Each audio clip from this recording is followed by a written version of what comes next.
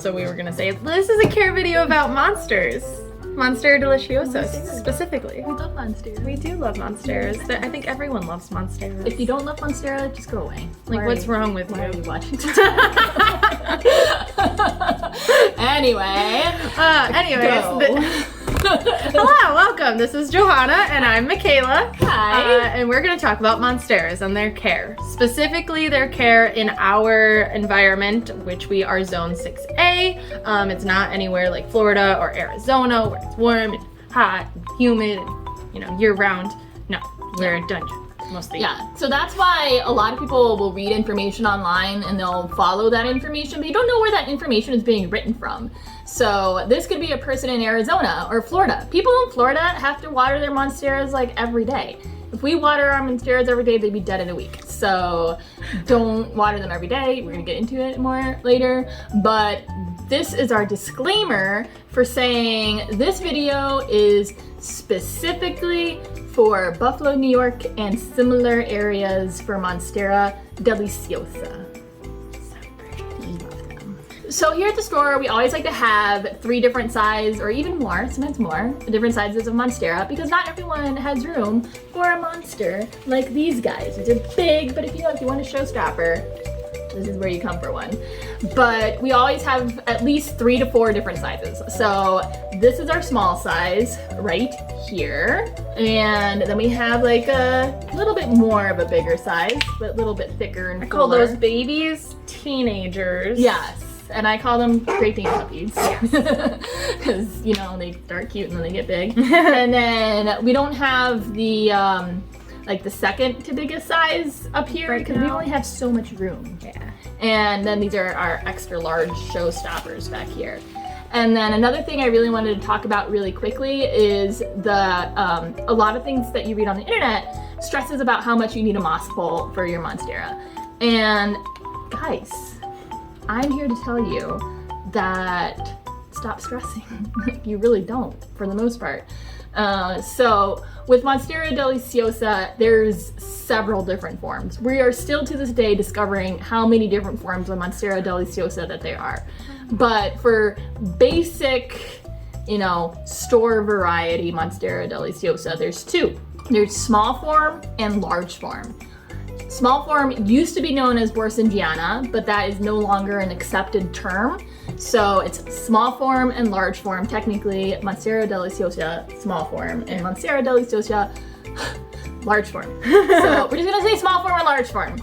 And most of the ones you see here, all the ones that you see here, and most of the ones you're getting in the store are going to be large form. Large form, yeah. They're the ones that double fenced, right? Yeah. Right, so yeah. But I'm dyslexic, so this is hard. Anyway. Yeah, you mix them up. And I love how it changes week to week, Yes. so that makes it even harder. Anyway, so these guys are all large form, and there's a few different ways that you can tell the difference. And one of the ways is that small form has narrower stems and has larger space between their nodes. So they have larger internodes. Most of your elbows, those are all going to be small form, there's a few large form Deliciosas out there that are elbows, but literally almost all of them are small form Deliciosa. And then your Thai constellations, those are always going to be large form, always. Thai constellation only comes in large form. And so with your large form Monstera, the internodal space is going to be really, really tight, and there's hardly any internodes at all. And also, they get sort of warty on the stems, especially on your mature specimens. They get super, super warty and rough and warty. Yes. Very warty. They have bumps. Yeah, Bump. yeah. They're really almost like sandpaper. Yeah, I would say. Yeah. They have all the... And then another thing too is your large form generally has more ruffles towards the sinus, and your small form will have no ruffles or very little ruffles. But that one, it's a constantly evolving science. So, these plants were never really studied to their entirety or really extensively until recently. So it's constantly changing. But also the large form leaves are, and this is, I would say, one of the few things that for sure will tell you the difference. Your large form leaves are wider and more heart-shaped, And then your small form leaves are going to be sort of longer and narrower in a way, just a little bit more oval shaped. I'm learning a lot here. Yeah. And but that's why like, you really need to assess all your things, because like if you have a large form and less light, then there's going to be more space between the intranodes. Yeah, so they're going to stretch out. So you're like, and then you're like, oh, maybe I have a small form. But Borsingiana / small form is not really in cultivation that much anymore. So it was for a little bit, but pretty much everything is switching over to large form. And the thing is that why this is important is because large form monsteras generally want to creep along the ground. They don't want to climb. And so a lot of people are always stressing out about the moss bowls. And like, oh my god, I need a moss bowl for my monstera. Oh my gosh, I need a moss bowl. Or like, why is mine spreading out and going on the sides? Doing on the sides? Like, it has nothing to do with needing or not needing a moss bowl. Like, dude, you guys, we can sell you moss bowls if we wanted to, but we're not going to sell it to you unless you actually want one or need one. Yeah. You know, and most of the time with these guys, like you can see how tight and compact this guy is. He doesn't need a moss bowl. And Monstera Deliciosa large form want to creep along the ground, and that's how they grow. Whereas the small form is the one that likes to climb. So if you have small form, yeah, you need a moss bowl. And if you have large form, they prefer to creep. And so it just, you know, we always tell people who come into the shop, then they say, oh, I need a moss bowl for Monstera. We always say, come on, show us a photo.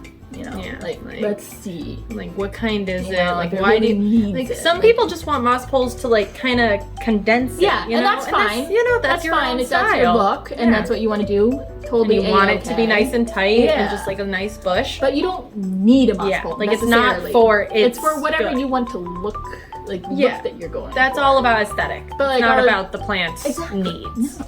And our big Monstera, like, there's no way we're gonna get that guy in a moss bowl because he doesn't want to be on a moss bowl. And you love the look of it too, so we would never change it. No, it looks great. That's the long story short of why you may or may not need a moss bowl. Especially about Monsteras. Michaela, would you like to tell us what kind of light Monsteras need? No, just kidding. So, Monsteras like bright and direct sunlight. They can tolerate medium, but just know they're gonna grow slower and they're gonna use a lot less water. They can never take direct sunlight. They will get scorched and like bleached on the leaves, and that just looks icky. And you lose. And they don't recover from that. They don't recover from it at all. You'll have that bleach, forever until it dies at least, because it's not really photosynthesizing to its best ability anymore. But yeah, definitely bright and direct if you want it to thrive and you want the internodes to stay, you know, the normal length, so you can actually tell if it's small or large form, you know, in the long run. I'd say like east facing. East. I would say east would be great. Or and setback, right? No, east is good. No, east facing is good, but like setback from south or west. Yes. North wouldn't be enough. No. North would You would get like the legginess, and you would probably. If you're south of the equator, then it would be. Yeah, exactly. No, our north is nothing. Are you kidding me?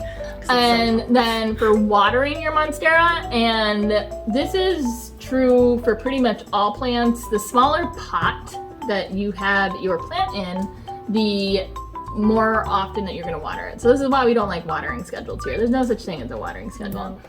And so these little dudes, we are watering almost, I would say once a week. Yeah, almost that, like 7 to 10 days. Yeah, so probably 7 to 10 days on these small guys, because they're in a smaller pot, you know? So they're using up more resources in this smaller pot.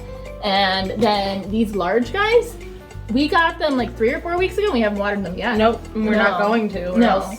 And so a lot of people tend to overwater their Monsteras. If your Monsteras start to get any sort of yellowing edges, especially brown rimmed in yellow, then that means you're overwatering. A lot of times also overwatered plants are really floppy and they're curled and they have root issues. So that's their signs that they're doing that. So with watering on these large guys, we always recommend to do it probably about every 4 to 6 weeks.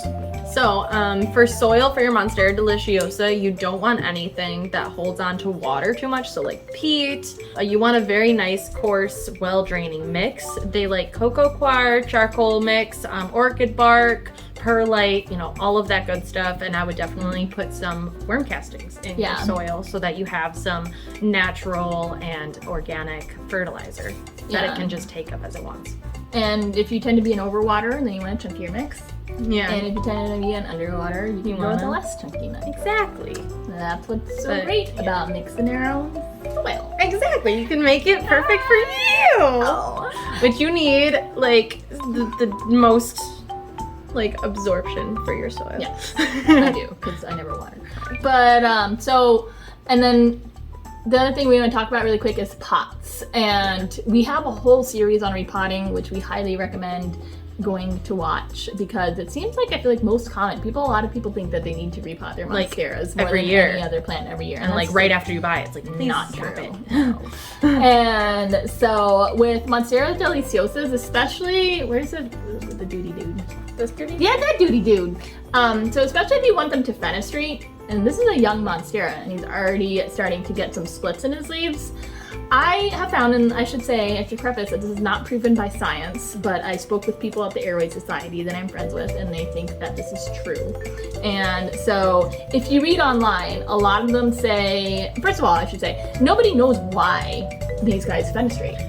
There's no studies done. I thought it was because it kind of like how the birds of paradise split. It's to let the lower leaves get light. That's not What, confirmed. yeah, it's not confirmed, I guess. That's what the online is saying. That's why plants are so. I know. We're continuously discovering.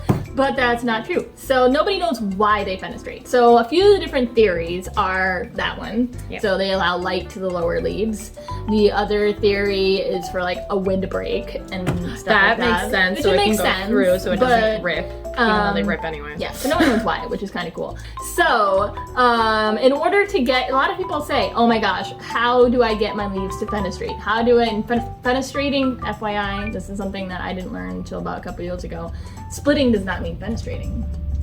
Yeah, I didn't think so. That's splitting. Like that's splitting. Like a But birds of paradise, how it splits. Yeah, like how but it then rips. this is fenestration on this guy. Yeah. So, whoops. Sorry, Monstera. So a little bit of Latin lesson here. Fenestrate comes from fenestra, which is Latin for windows. And so a fenestration is where there's no opening. So this is the window. So that is technically a Why fenestration. it's like, why would you call it a split? And this is a split. So in order to get your monsteras to fenestrate, I find, and this is not proven by science, this is proven by I don't even know how many as I have, is that the tighter the pot, the sooner you're gonna get fenestrations on your monsteras.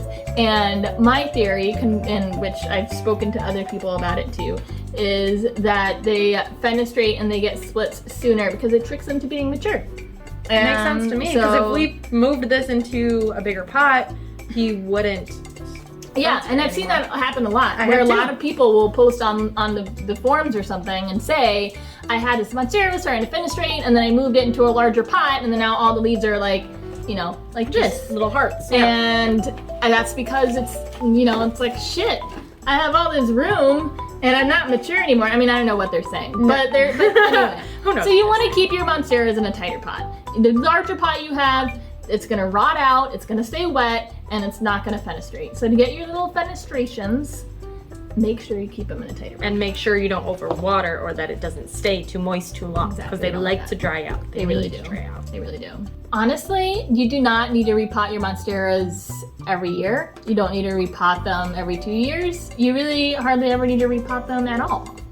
You really don't need to. Repot when it's 99% roots. Yeah. And we usually say 75% roots, but seriously, like, big, everyone's seen the big one, you know, and yeah. like she repotted it and it was literally like 99% roots. You can stay in here a bit longer. Yeah. But thanks you guys for watching. I hope this helped. We hope this helped, because Monsteras are awesome and everyone should own them. Yes, and everyone should, you know. Maybe 12, like I. Like she owns. But I really don't think I think I own more than 12. You might, especially with propagations and such. But if you have any questions about Monstera Deliciosa, please put them in the comments below. You are welcome to message us on Instagram and Facebook at any time. We always are wanting to help you and help you learn and, you know, diagnose issues or any way. We want to help you thrive along with your plants. All right. Bye. Have a great day.